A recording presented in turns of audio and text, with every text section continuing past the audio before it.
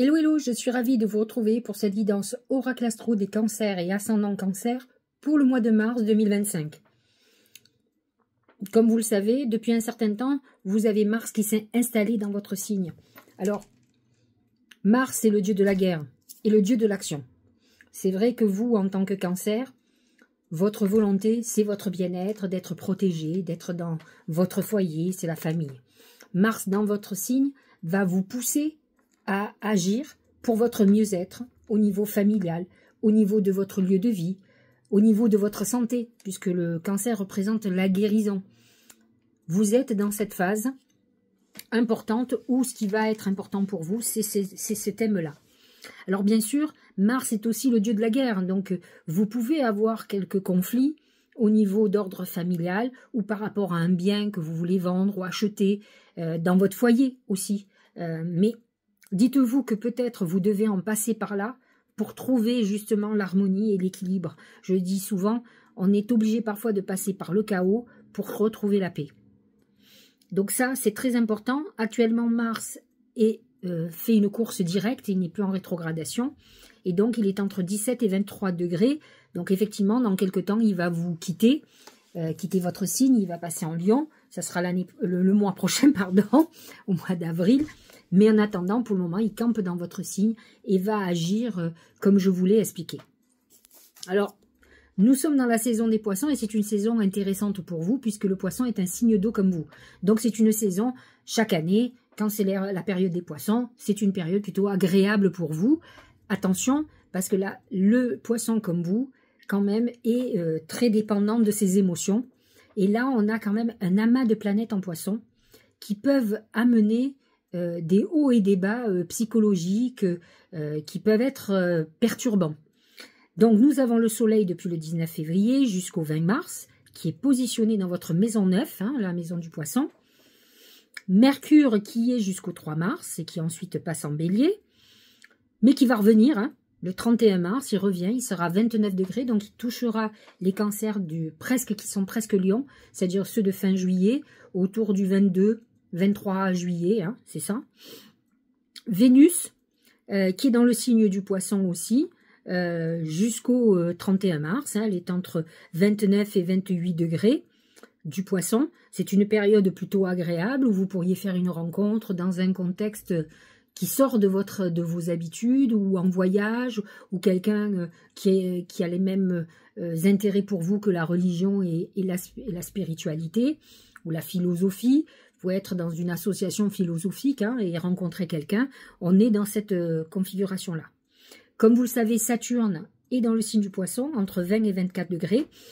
Il va toucher surtout le dernier décan du cancer, entre 20 et 24 degrés. Saturne dans la maison 9 va amener peut-être une réorganisation de votre vision d'avenir, de votre futur surtout. Neptune est positionné dans cette maison 9 à apporter beaucoup de spiritualité, mais aussi beaucoup de désillusions. Attention, peut-être sur des projets que vous faisiez et qui n'ont pas été à la hauteur de ce que vous attendiez. Là, il touche plutôt les cancers qui sont quasiment lions, c'est-à-dire ceux du 23 juillet, 22-23 juillet. Ensuite, les planètes avancent et vont se positionner en bélier. Vous êtes en carré, donc en conflit avec le bélier. Il est positionné dans votre maison 10 qui représente votre carrière et vos ambitions. Attention, comme il est opposé au foyer, c'est vrai que parfois, l'amas de planètes en bélier peut amener quelques soucis au niveau de la famille. Et n'oublions pas quand même que le cancer est le signe de la famille, de l'enfance, de nos racines, de nos histoires, de nos ancêtres et du foyer. Donc, le soleil va se positionner dans cette maison 6, donc on va mettre en lumière ces thèmes-là. Mercure est positionné en bélier du 4 mars au 30 mars. Attention parce qu'il va être rétrograde le 16 mars. À partir du 16 mars, vous pourriez être replongé dans le passé, être dans une période très nostalgique. Et Dieu sait si le cancer, c'est la mémoire, c'est les souvenirs d'enfance, c'est le passé, c'est des réminiscences du passé et de la famille.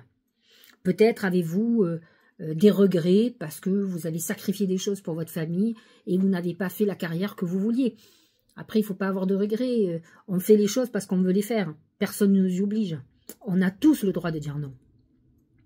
Après, on peut vous dire, vous pouvez me répondre, oui, mais je fais pas ce que je veux. Bah si, quelque part, oui. Après, c'est des principes qui nous retiennent, de la morale. Dans l'absolu, on a le droit de dire non. Comme on a le droit de dire non à quelqu'un qui vous demande à boire. Vous pouvez lui dire non. Vous pouvez aussi vous dire, bah, j'ai pas le choix quand même. On doit donner à boire à quelqu'un, c'est ce que je pense aussi. Mais malgré tout, on a le droit de dire non aussi. Hein.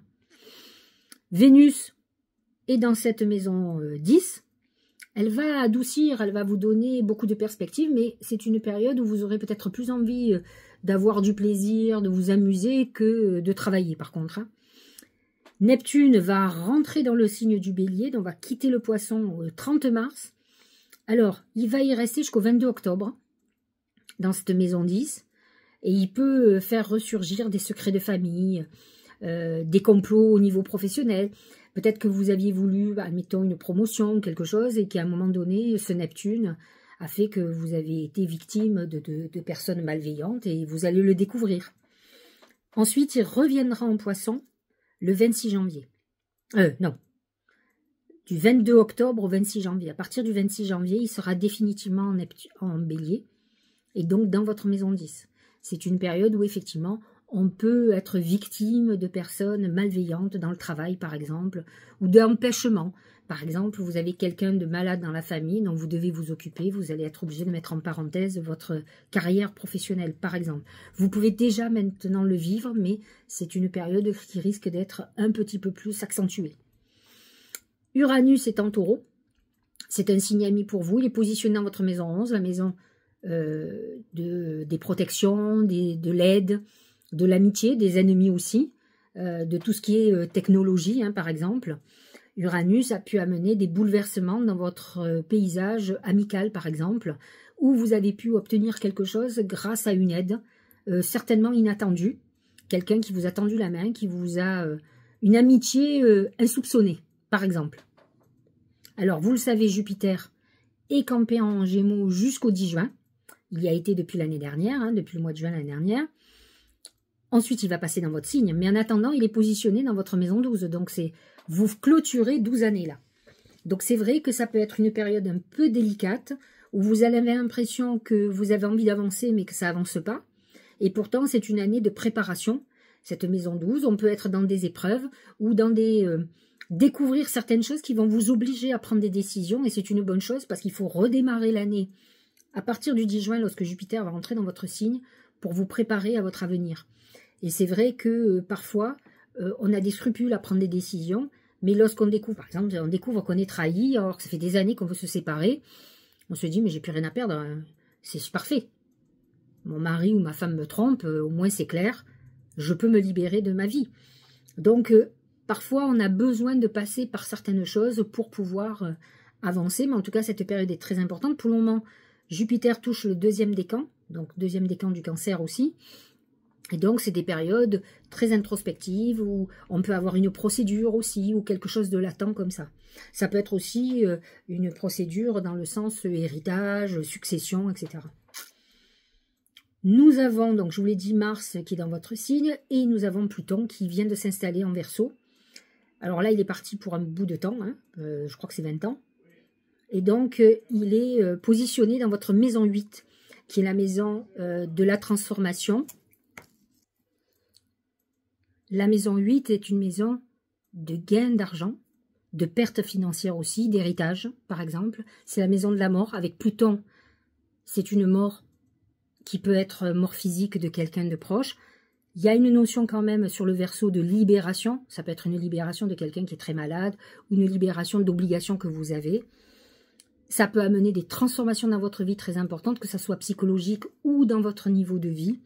Pluton est là dans cette maison 8 et touchera les cancers qui sont du mois de juin, qui sont du 23, 24, 25 juin, 26 juin dans ces eaux-là. En tout cas ceux de juin, qui ont des bouleversements importants, qui peut les libérer d'une situation aussi hein, qui est problématique, mais qui a un rapport quand même avec l'argent de toute façon et le côté peut-être de la mort.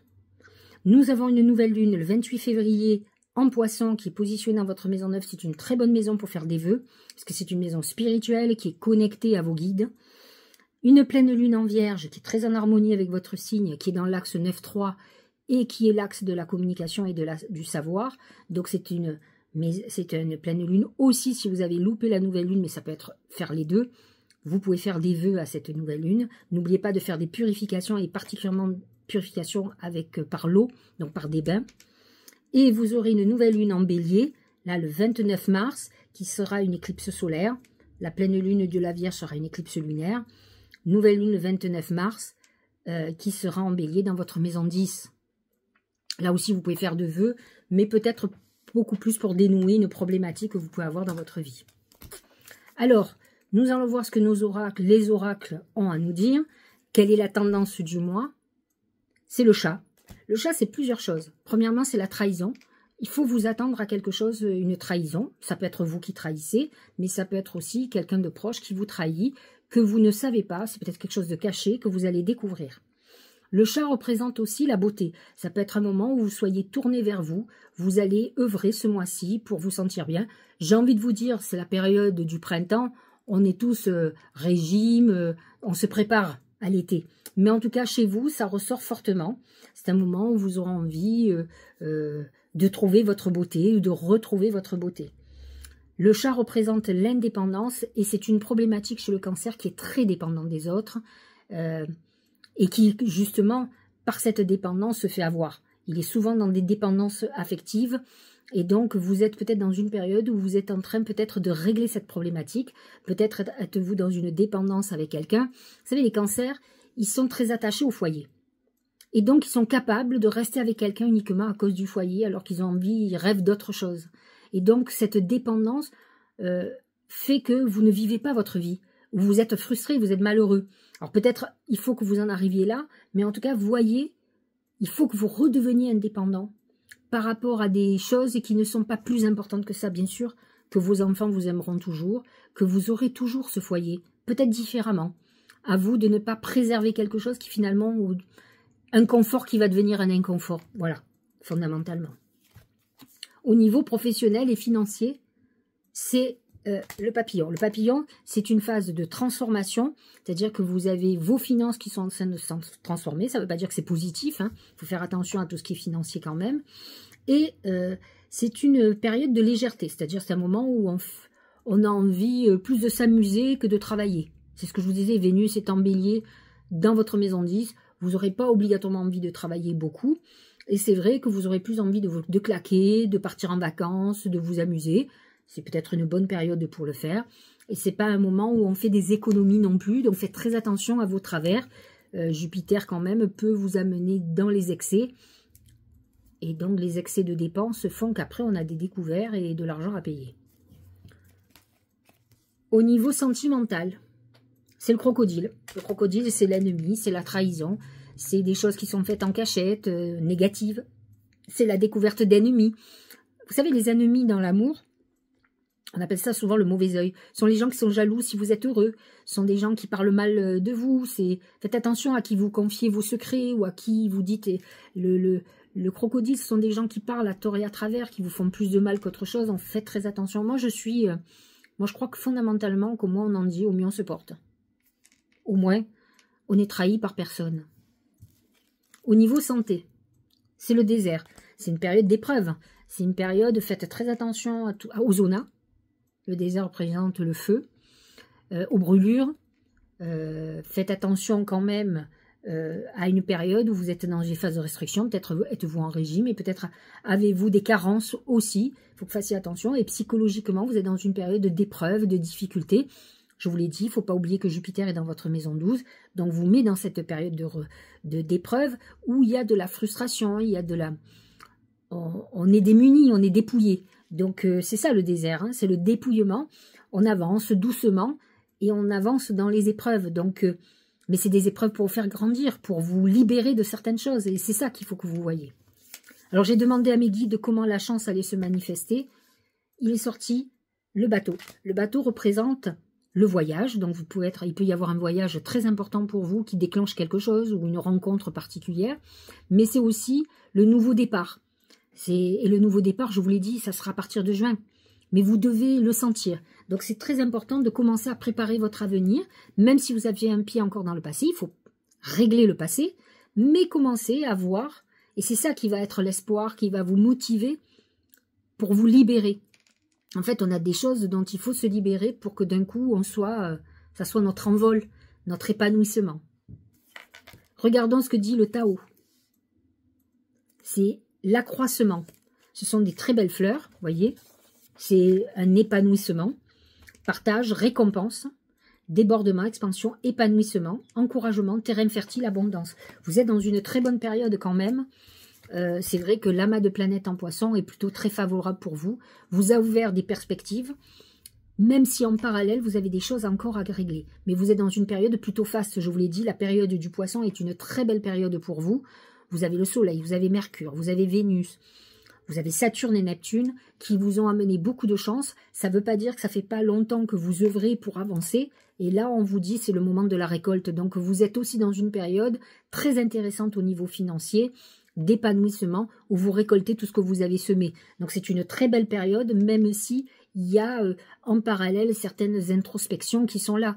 Mais on peut faire les deux. C'est pas problématique. Regardez, le pont du futur. On y est, hein. Envisagez le meilleur, imprégnez-vous de cette idée avec ardeur, elle aura tendance à devenir réalité. C'est ce que je vous ai dit. C'est intéressant parce que le cancer représente l'imaginaire, c'est le rêve. Donc vous êtes très bon pour faire des vœux, dans le sens où vous avez cet imaginaire qui travaille énormément. Et donc il est temps que vous commenciez à vous visualiser où vous voulez aller, ce que vous voulez fondamentalement. Et l'univers va vous aider à la réalisation. Mais il est très important de préparer ça d'abord. Il ne faut pas que ça reste un rêve, hein. Il faut après concrétiser, rentrer dans le tangible, j'allais dire. Mais par contre, vous pouvez commencer à imaginer, à vous visualiser. Et ça, le cancer, il est très bon pour ça. Il a un côté hyper intuitif, dans l'imaginaire énormément. Regardez, la loi de l'action. C'est ce que je vous disais. Il ne faut pas que ça reste un rêve, il faut après agir. Et Mars va vous aider. Parce que Mars, c'est quand même le dieu de la guerre, mais c'est le dieu de l'action aussi. Donc, vous avez Mars qui vous aide à avancer. Il y a encore ce mois-ci. Hein, et en plus, il est direct. Chacune de vos actions délibérées se matérialise par les moyens parfaits de l'univers. C'est exactement ce que je vous ai expliqué. Donc, pour certains, utilisez ce Mars actuellement, sur ce mois de mars, pour avancer, pour concrétiser tout ce que vous voulez. Vous avez les lamas de planètes en poisson qui vont vous accompagner. Donc, vous êtes dans une période d'épanouissement intéressant. Épuisement. Cela fait un moment que tu tires sur la corde et que tu enchaînes à un rythme effréné. Il est maintenant temps pour toi de t'enraciner, de te reconnecter à ton cœur. Il attend à te transmettre. C'est un moment, effectivement, où vous avez beaucoup semé, vous avez beaucoup œuvré. Ceux qui ont fait un gros travail sur eux-mêmes, c'est ceux qui vont récolter. Il n'y en a plus pour longtemps, c'est la dernière ligne droite. Je vous ai dit, Jupiter va rentrer dans votre signe à partir du 10 juin. Donc, c'est pas comme si c'était dans des lustres. Hein. On parle du mois de mars, là, donc c'est en 3 mois. Donc, c'est vrai qu'il faut tenir, il faut aller jusqu'au bout. Votre cœur, votre intuition vous guide. Il est important de faire ce nettoyage et de vous projeter, de commencer à agir pour votre avenir, tout en continuant à faire le nettoyage du passé. Voici le message de vos anges gardiens. C'est « Soyez vous-même ». En cette situation, faites preuve d'authenticité, c'est là votre force. En fait, je vous l'ai dit tout à l'heure, on fait beaucoup de choses où on n'avance pas, souvent pour les mauvaises raisons. Un des problèmes du cancer, par exemple en amour, c'est que ce sont des gens qui sont très attachés à leur confort de vie, aux personnes. Ils peuvent ne plus aimer, mais aimer beaucoup. Et ils aiment le foyer, donc ils sont quand même aliénés à ça. Alors, d'un côté, ils ont ce côté... ils conservent quelque chose qui est très important pour eux. Et de l'autre côté, ils rêvent d'autre chose qu'ils n'auront jamais. Parce qu'ils ne sont pas capables de se détacher de quelque chose qui finalement au début leur fait du mal maintenant. Je vous ai dit, c'est un confort qui devient un inconfort. Donc il est important aussi d'être en accord avec ses rêves, avec ce que vous voulez faire. Et laisser de côté, alors non pas de vos principes, mais ne pas vous laisser dicter par des principes qui ne sont pas obligatoirement... vous savez, la famille, le foyer, c'est à vous à les conserver d'une certaine manière. Moi je sais que par exemple, il y a des gens que j'appelle très peu, mais auxquels je pense quasiment tous les jours. C'est pas parce qu'on ne voit pas les gens. Peut-être pour ça que je peut-être, par rapport à d'autres, j'ai peut-être plus de facilité avec les morts.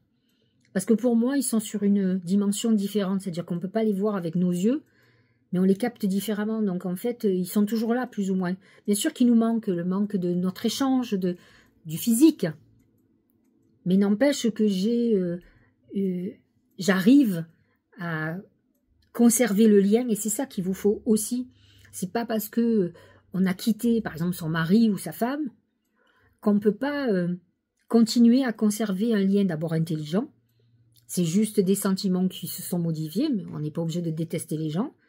Et à soi de conserver ce qui est conservable, quoi. Enfin, c'est très important. C'est pas évident, la famille. Le côté familial, on idéalise. Il ne faut pas être aliéné par les liens de la famille. Moi, j'ai des gens qui ont été avec des parents qui étaient très méchants et qui, à 50 ans, sont toujours aliénés, quoi. Ils attendent toujours que l'autre les aime différemment. Mais ce qu'ils n'arrivent pas à comprendre, c'est qu'il faut voir les gens tels qu'ils sont. Bien sûr que normalement, un père, une mère doit aimer ses enfants naturellement, mais on le voit, tout n'est pas aussi simple que ça. Et donc, il faut accepter de voir les gens tels qu'ils sont et les aimer tels qu'ils sont et peut-être s'en protéger. C'est ce qu'on discutait avec une cliente l'autre jour. Elle me disait qu'elle ne voyait pas sa mère ou elle la tenait à distance. Mais c'est très important parfois, quand les gens vont partir, que soi-même on soit en paix. C'est pas tellement l'autre. Une fois qu'on est mort, on est en paix. Mais celui qui reste, il peut ne pas être en paix. Maintenant, je pense qu'il faut se protéger des gens toxiques, quels qu'ils soient. Donc, la famille peut être une aliénation, mais une aliénation qui ne vous permette pas de vous épanouir. J'ai un nombre de gens qui font des constellations familiales, essayent de régler des liens du passé qui sont compliqués, qui perdurent, comme quoi la famille a une base. C'est la base, hein, c'est notre enfance.